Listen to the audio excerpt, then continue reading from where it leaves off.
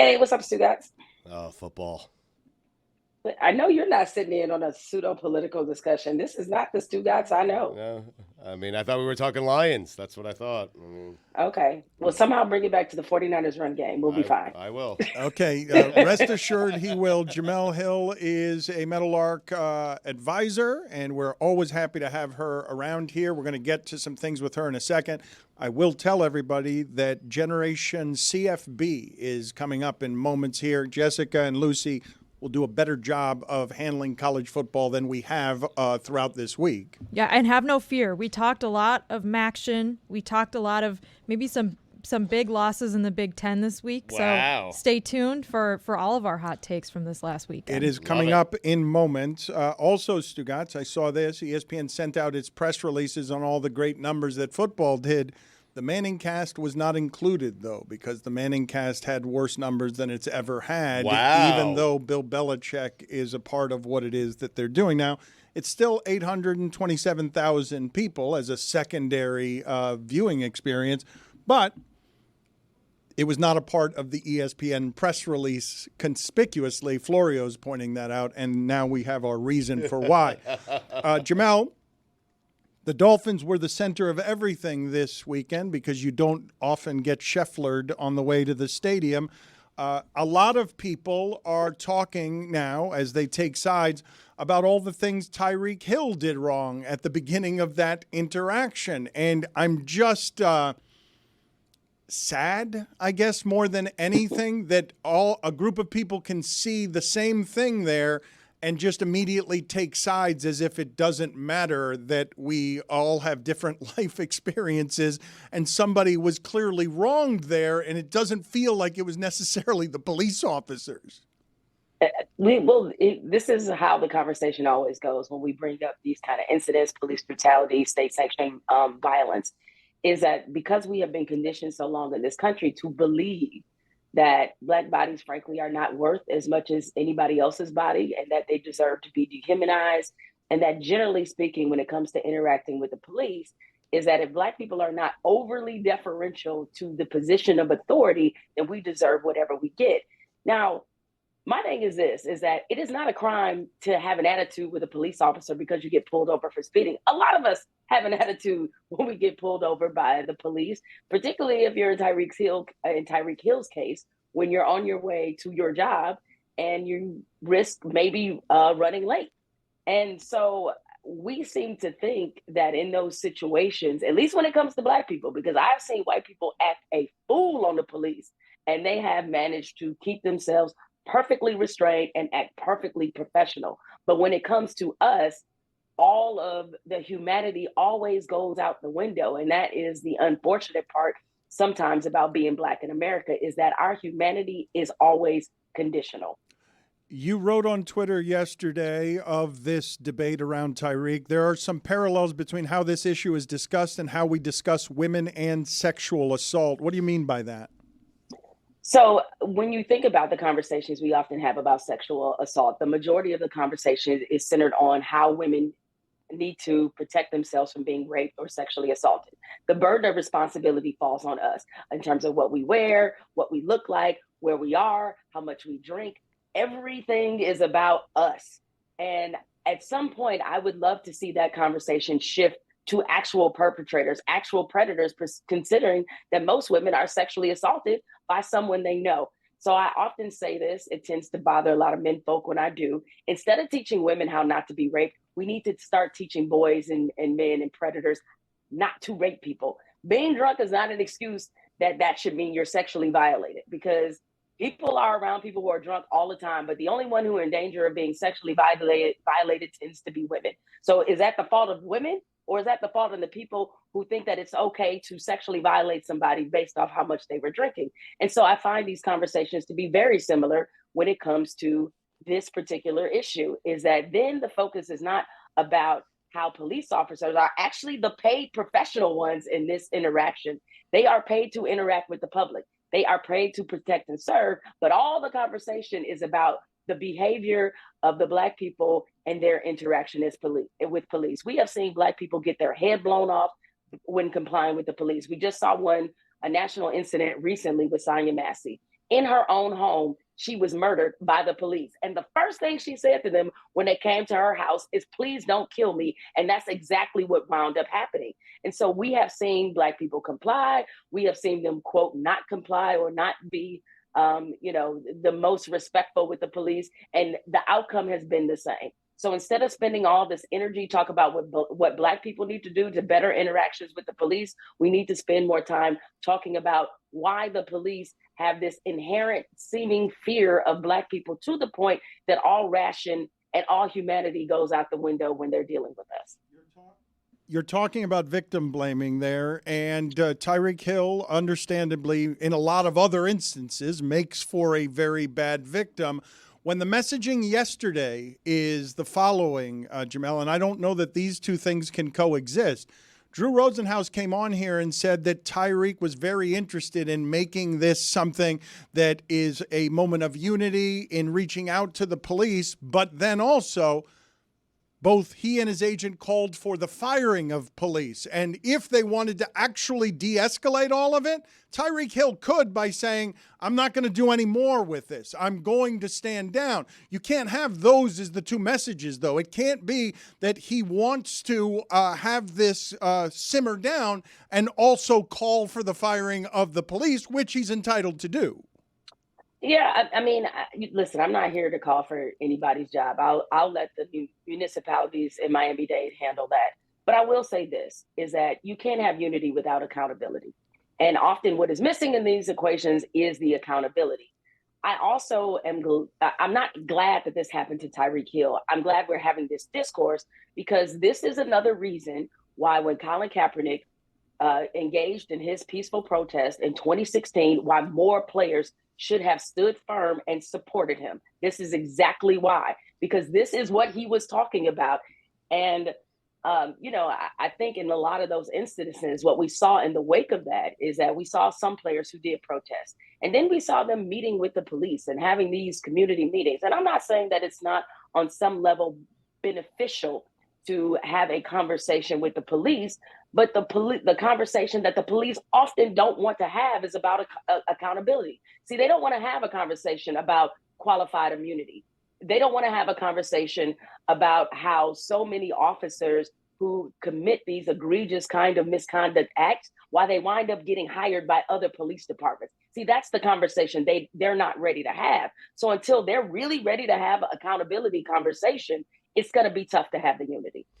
Jemele, how about Tyreek's accountability in this particular situation? Like, what could he have done differently so it did not escalate to the point where it did? Nothing. That is my answer. He did Nothing. everything right? Because it's not about right or wrong, Stugotz. It's about the fact that, again, the professionals in this situation are the police. And it is not a crime to be testy with the police. It's not a crime to have an attitude.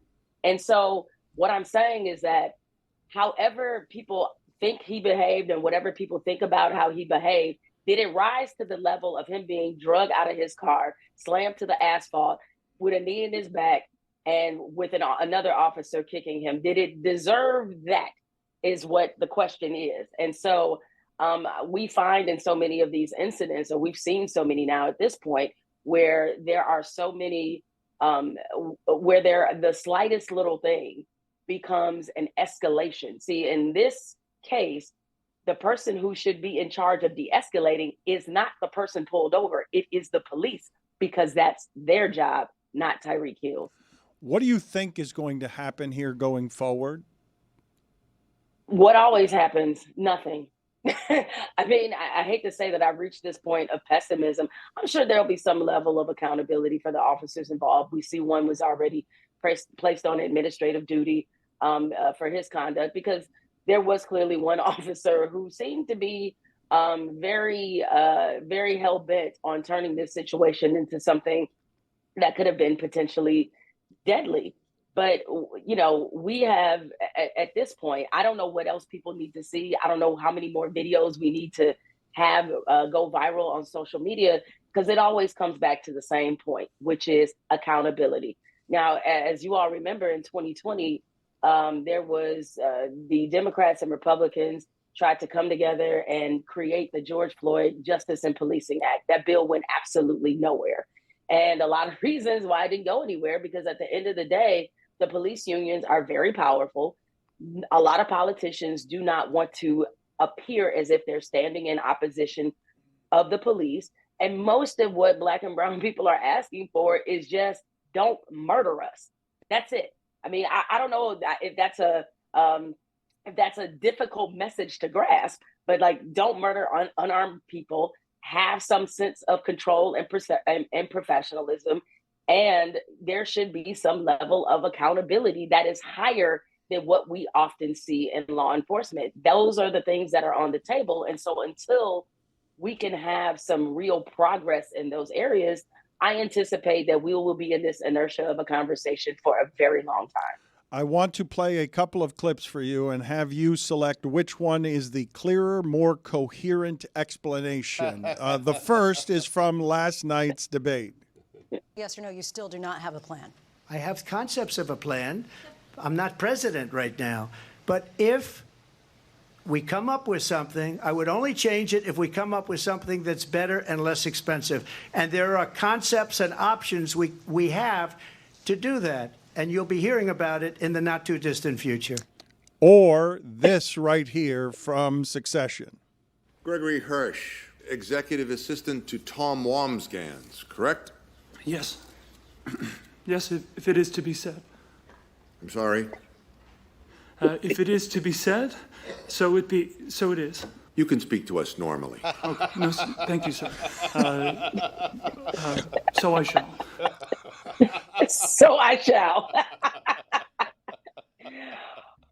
That's a tough one, Dan, but ultimately it boils down to one is fictional, one is not running for president, and the other one actually is running for president. I mean, you know that look that Kamala Harris had on her face? That's the look of a lot of women that we have experienced when you are in a professional situation and you are more qualified than the person that is that you are, maybe in a competitive situation with. It's like, I'm more qualified. I'm making a whole lot more sense. And yet here is this person here who is so unfit and so unqualified. And I'm forced to actually take this person seriously.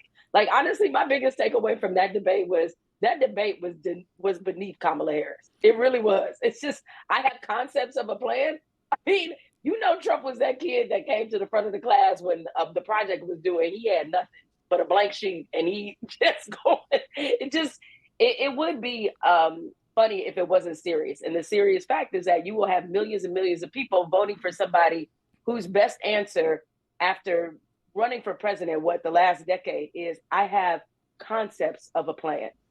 Let's play fill in the blank for me here on what it is that she really wanted to say, because I thought this was purposeful, and I want to know what you fill in this blank with.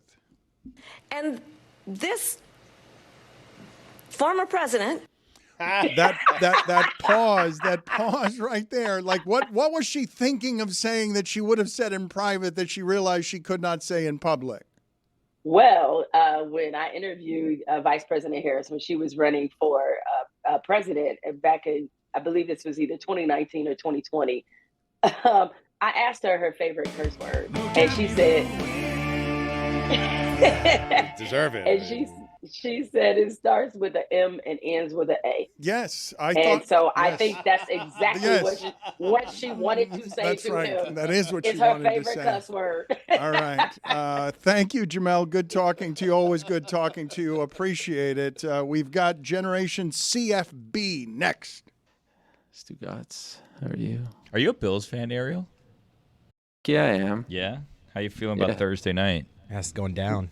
If I'm being honest, not great. Really? Why? Left hand is a worry. Yeah. I hate Thursday night games on the road, especially. I wish they would abolish them. Just the road ones, though. I hate all of them, but especially on the road. I hate all of them. I think, what is this? Short week? These are football players. No, thank you. Most are ruled out, Ariel. I don't know if you heard. But Ariel, we said the Bills play Thursday, but they only play at home. You'd be more okay with it, is what we're saying. No, I just said I hate them all, especially on the road. All right. I think it's crazy. I think it's greedy. I think it's money hungry. But look, we're ready to go. Josh is fearless. He's the best quarterback in the league. And I have faith.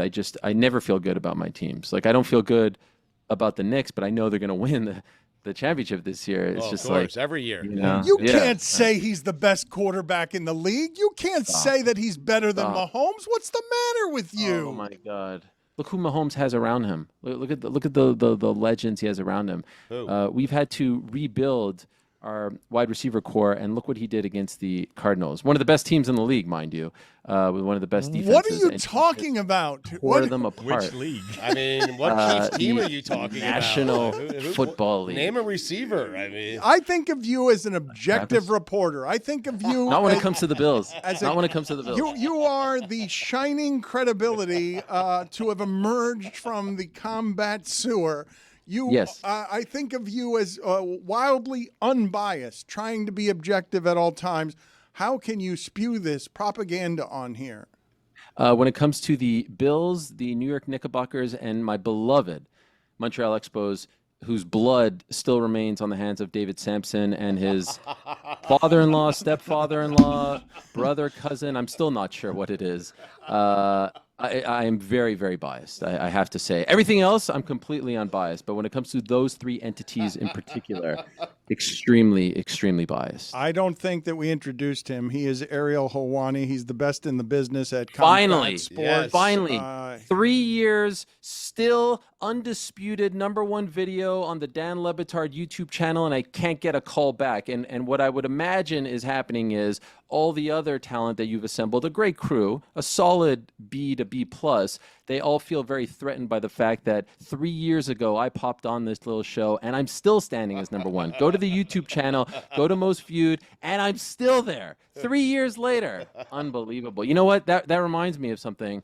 It wasn't just me on that day, spitting hot fire, dropping pipe bombs left and right. There was another person who joined us, and I think it is apropos that I bring him back. It is, of course, El Nariz. It is, of course, Helwani. Yes. The nose, Helwani. Yes. It wouldn't be a Le Batard Show appearance if it doesn't include a mask. So let's go. What do you guys got for me? What hard-hitting questions do you have for me? Well, let me tell the people first. He's got a new deal with Yahoo Sports for a new brand called Uncrowned. It launches Friday ahead of UFC 306 and the Canelo fight. They're dueling on Saturday night in Vegas. And I will tell the people for the first time that I have been trying to hire Ariel Helwani for about 3 or 4 years, and he's too busy getting larger and larger for us to be able to afford him. And now Yahoo Sports has given him a venture, or he's earned a venture that I would say, Ariel, and I don't mean this to sound paternal, makes me wildly proud of you, because it seems like you finally arrived at your dreams, where you have the independence of your empire, and you don't even have to worry about whether Dana White is trying to bully you in MMA or at ESPN. Well, first, before I get into all of that, thank you very much for having me back. And thank you. When we announced this, you said some incredibly, incredibly mind-blowingly nice things about me, which I don't take for granted. And is and will forever be surreal that I can call you a friend. What you did say was accurate. You've, I think, tried to hire me now twice. You're not the problem. AC isn't the problem. Greg, Chris, they're not the problem. Roy isn't the problem. Mike might be part of the problem. Stugotz, I'm still not quite sure what his stance is on me. The big problem, of course, is Mr. John Skipper, who I'm certain still has no idea who I am. One of my favorite phone calls was when he called me and he was like, so tell me, young man, what you do for a living. But nevertheless, he didn't put an extra zero on that check, and that's neither here nor there. We are here. We are here, Dan, to talk about what we are building. And when I spoke to everyone as my free agency was coming up, I referenced you.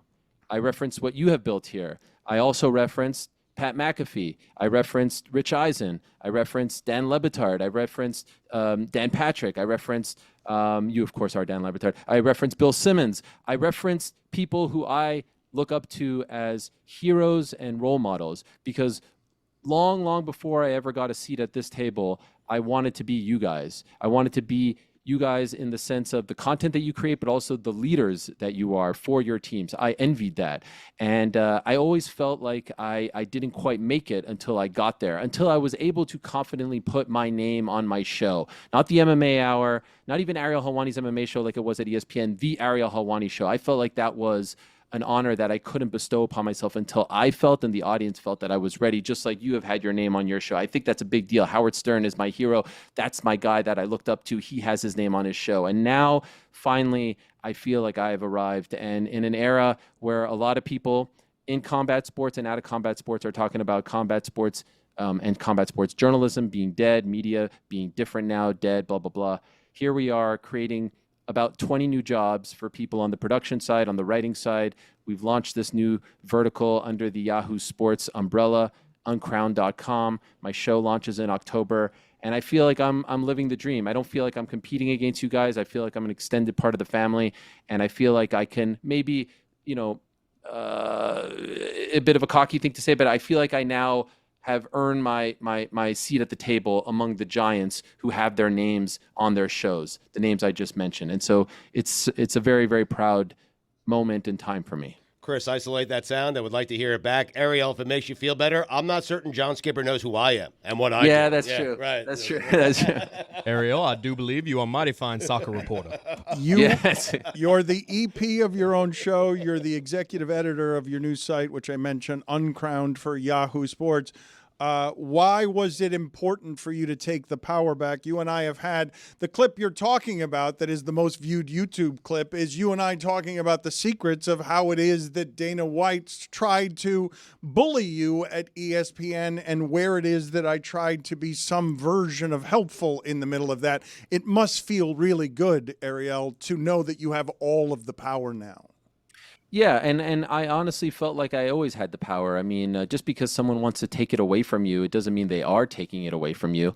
I've told the story a gazillion times about the bullet in my head and all that stuff, but here I am 8 years later in this position. And so I don't feel like I got it back. I just feel like now I'm able to be a leader. I'm able to bring my colleagues and friends, new and old, along with me. And that's always been what I admired about you and about Simmons and about DP and Eisen. Like, it wasn't just about yourselves. Like what you did at the end of your time at ESPN is one of the most selfless things that I've ever seen. And I admired that. I didn't just want to worry about me. When I left Vox in 2018 to go to ESPN, I left alone. When I left ESPN to go do this new thing with Vox and Spotify, I left alone. Now I come to this new venture with a crew, an army, a squad, and that feels incredibly good. And the people there are amazing. I worked with Ryan Spoon at ESPN. When I saw that he was hired as the president of Yahoo Sports last fall, a light went off in my head. When I met Sam Farber, the head of content there, I'm like, okay, they're building something here. And I see them continuing to build. And I said when I announced, this isn't your granddaddy's Yahoo Sports, and I think some of the old guard, our friend Jeff Passan sent me a cheeky text like saying, hey, chill out on the old Yahoo Sports. I have the utmost respect for Yahoo Sports and what they have been, what they are, what they continue to be. But when it comes to combat sports, they were once something, and then they weren't something. And now we're coming back way bigger than they ever have been. MMA, boxing, pro wrestling, a hub of all things combat sports. My show, we're building a studio. Other shows are coming. Other people are coming. We just announced 5 today.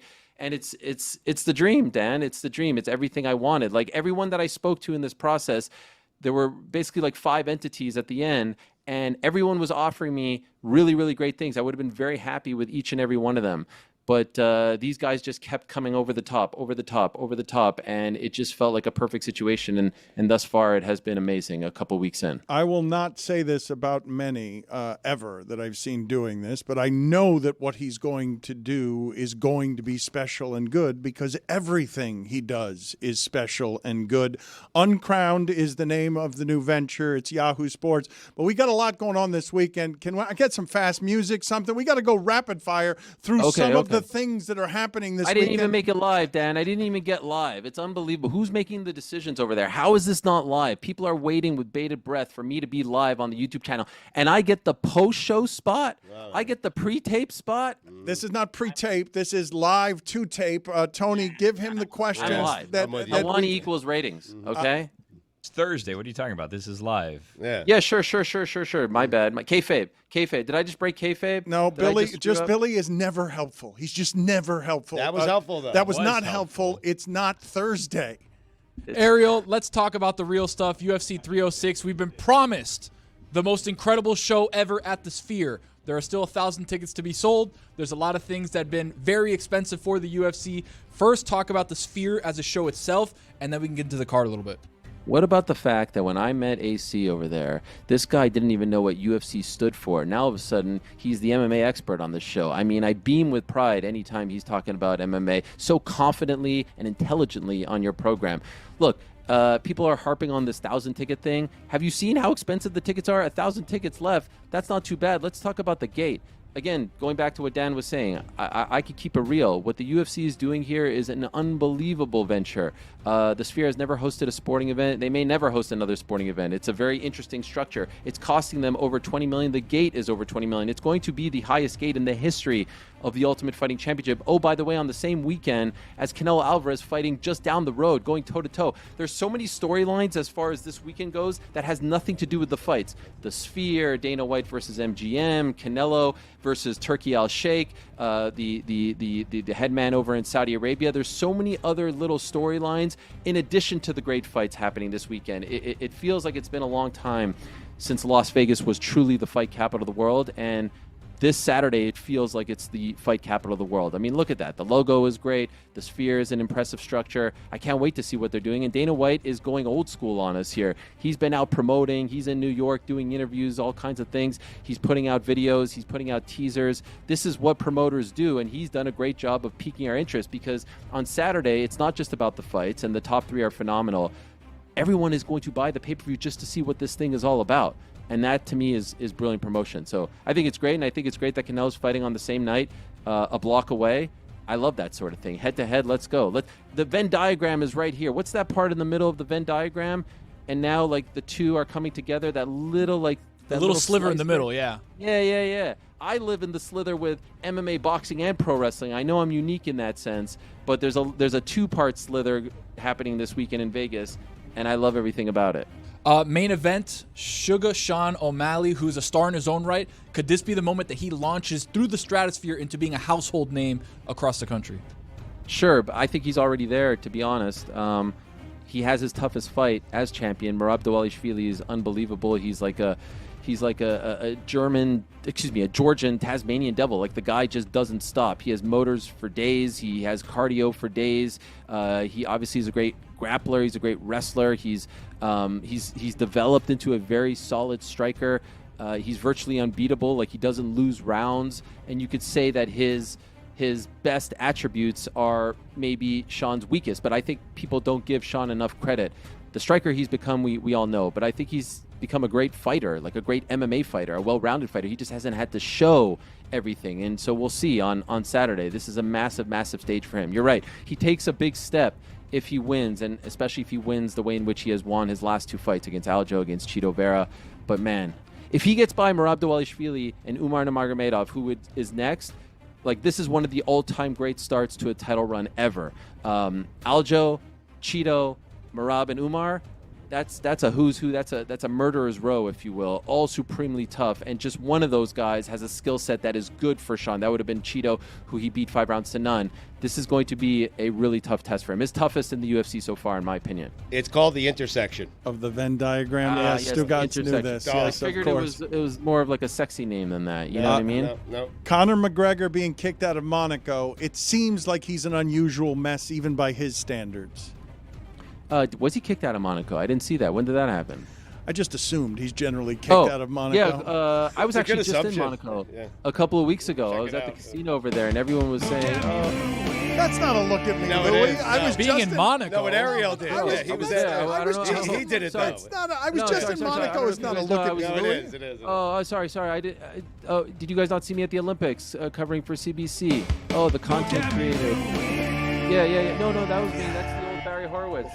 Pat myself on the back at the Olympic Games with a who's who, with the likes of the great Jeremy Schaap in Paris, under the lights. It was unbelievable. While people in my own sport tried to continue to say, as I shine up my 15 trophies, where are they? They're somewhere. They're in the attic. My wife put them there. She's tired of me talking about him. They say he's not a real journalist. There he is at the Olympic freaking Games in Paris, hobnobbing with the best of the best. It's unbelievable. But, you know, I think in this particular moment, I think back to my good friend Paul Heyman. You guys know Paul Heyman, right?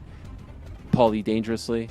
Of course you know Paul Heyman. Is anyone listening to me? Is this on? No, I know Heyman. We're not live. John We're not live. We're not Heyman. listening. John Heyman? Yeah. What's going on? Reporter. Paul Heyman. Paul Heyman in that guy. 1997, Cutting all of this. before Extreme Championship Wrestling made its debut on pay-per-view. They were nipping at the heels of WWF and WCW, and they were about to make their debut. And Paul Heyman, being the incredible leader that he is, he gathered the troops, and he was standing at the top of the stairs, and he said, "This is our opportunity right here. This is the dance. You may not think this is the dance, but welcome to the dance. And this is our opportunity for everyone to say, yeah, you know what? You guys are a bunch of sad sack losers. You're too extreme. You're not good enough. You're a bunch of, wannabes. You're a bunch of never wases. Or this is our opportunity to say, and can I swear here or no? Yes.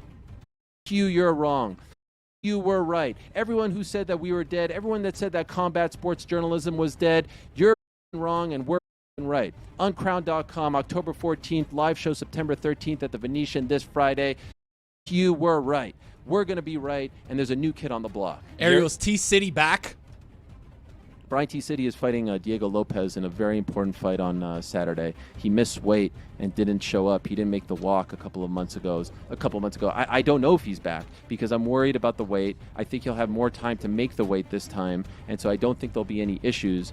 But Diego Lopez is here, and we're still not sure where Brian Ortega is just yet. I don't think he's gone, but that's a traumatic thing. Missing weight, not making the walk, getting sick. So this is a tough test for him. But I think he'll be ready. This is a guy who obviously is very proud of his Latino heritage. This is a love letter, if you will, as Dana White has put it, to the Mexican fight community.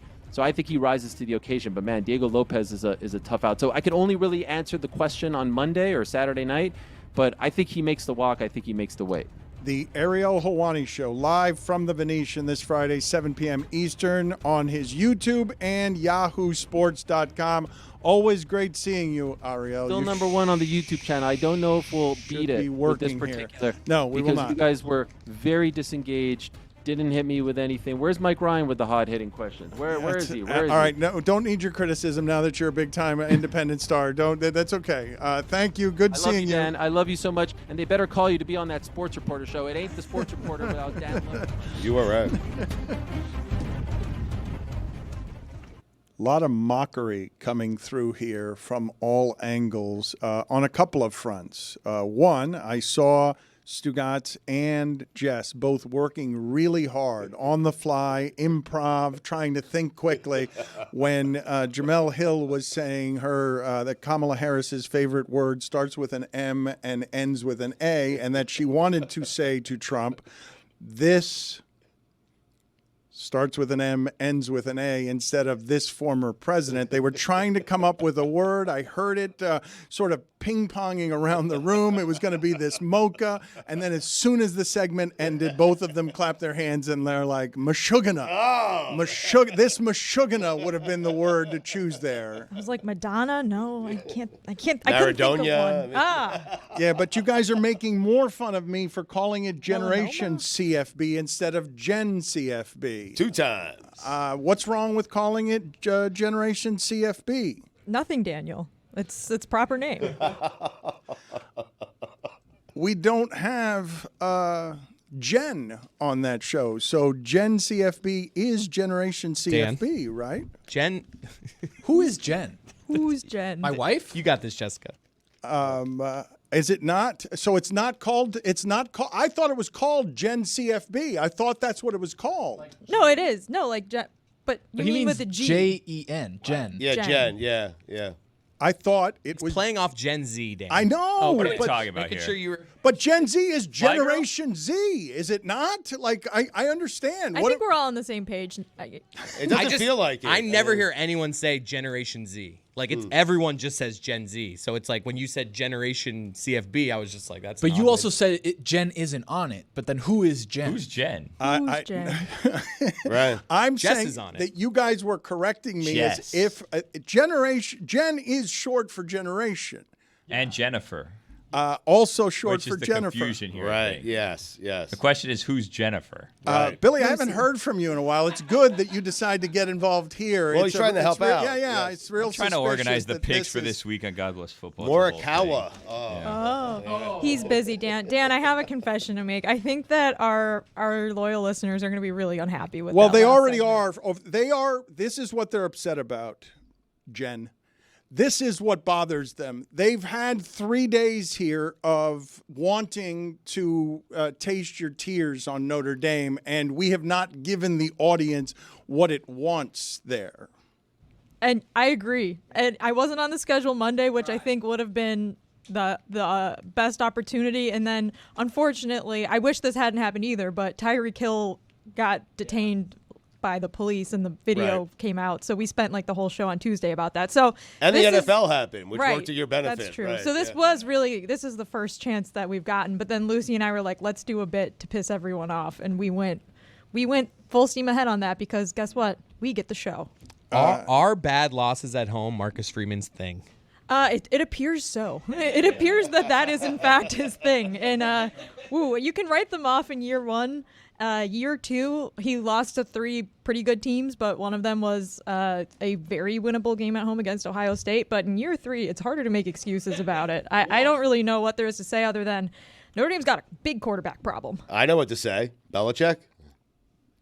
I wonder, Jessica, if people, what they want from you is just to sort of know where you were, how it impacted you, how bad it ends up feeling when, the biggest home loss of the season so far is your team. And we know that if that had happened to Mike, we would all be jumping up and down on his neck. And so people want to know how it is you experience Mike is also a booster at Miami, so kind of a slight difference there. But he's also here on Monday. But he didn't go to Miami. I don't make the schedule, Stugotz. He didn't go to Miami. You went to Notre Dame. True. I was actually, my sister was in town. She moved back to the States. She was living in Madagascar for like 6 years, so I haven't seen her a lot over the last few years. So she came in town, and I thought, this will be a fine weekend for her to come in town. There's a lot of football on, but Notre Dame's playing Northern Illinois. So if I have to miss some of the game, it should be fine. But then I made the crucial error during the Texas A&M game. I bargained with God, and I said, God, if you let Notre Dame win this game against Texas A&M, they can lose to Northern. I don't care.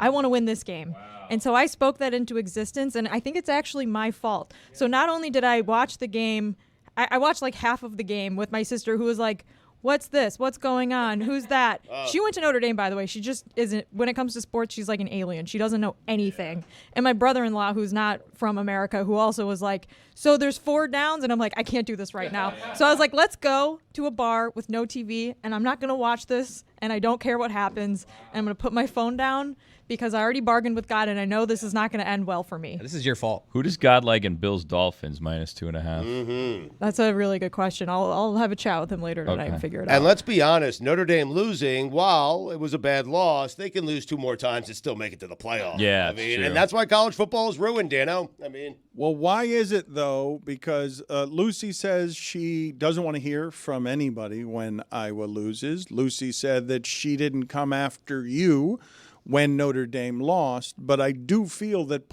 one of the great joys in sports is coming after your friends when their teams lose, unless your friends are they care so much that they're actually heartbroken by the result, and now what you're doing is not funny. It ends up being cruel because they're already defeated. But the key to doing that is your team needs to win. In their case, both teams lost. Like both of their teams, they both lost. So she's going to make fun of her. She's going to make fun of her. No, but Lucy says she wouldn't. Lucy said whether her team wins or loses, she's simply not going to do that to Jessica. And, man, we stepped in it with Sarah Spain. Do you remember when the Marlins and the Cubs were playing? Sarah Spain didn't think any of that was funny when we were just teasing her about games she cared about in a way that was unreasonable. And I don't think that your fandom for any team, and do I have this wrong? Because you actually watch all of this with a smirk, but I thought that your fandom for Notre Dame was stronger than it is for most teams. The thing is, Dan, like, once we get to Wednesday, I'm now at the point where I'm like, this is deeply and darkly very funny. And there's like, it's the kind of fandom where like Notre Dame could lose this game every week for the rest of my life, and I'm not really going anywhere. So like, oh well, fuck it. But the audience doesn't like to hear that, so I'm gonna start fake crying. Yes, the audience feels like it was denied your tears. Just fire somebody for 3 days. Let's see you suffer. You know what it's like to be at a Catholic school. Let's put her on the crucifix and have her suffer. I want Jen's tears. Yes, Jen. I was crying Monday, but I wasn't here. My life as I know it is about to drastically change forever. And the reason I say that, as many of you know, I'm going to be a father coming up in December to a baby girl, and it's crazy, and I can't believe it.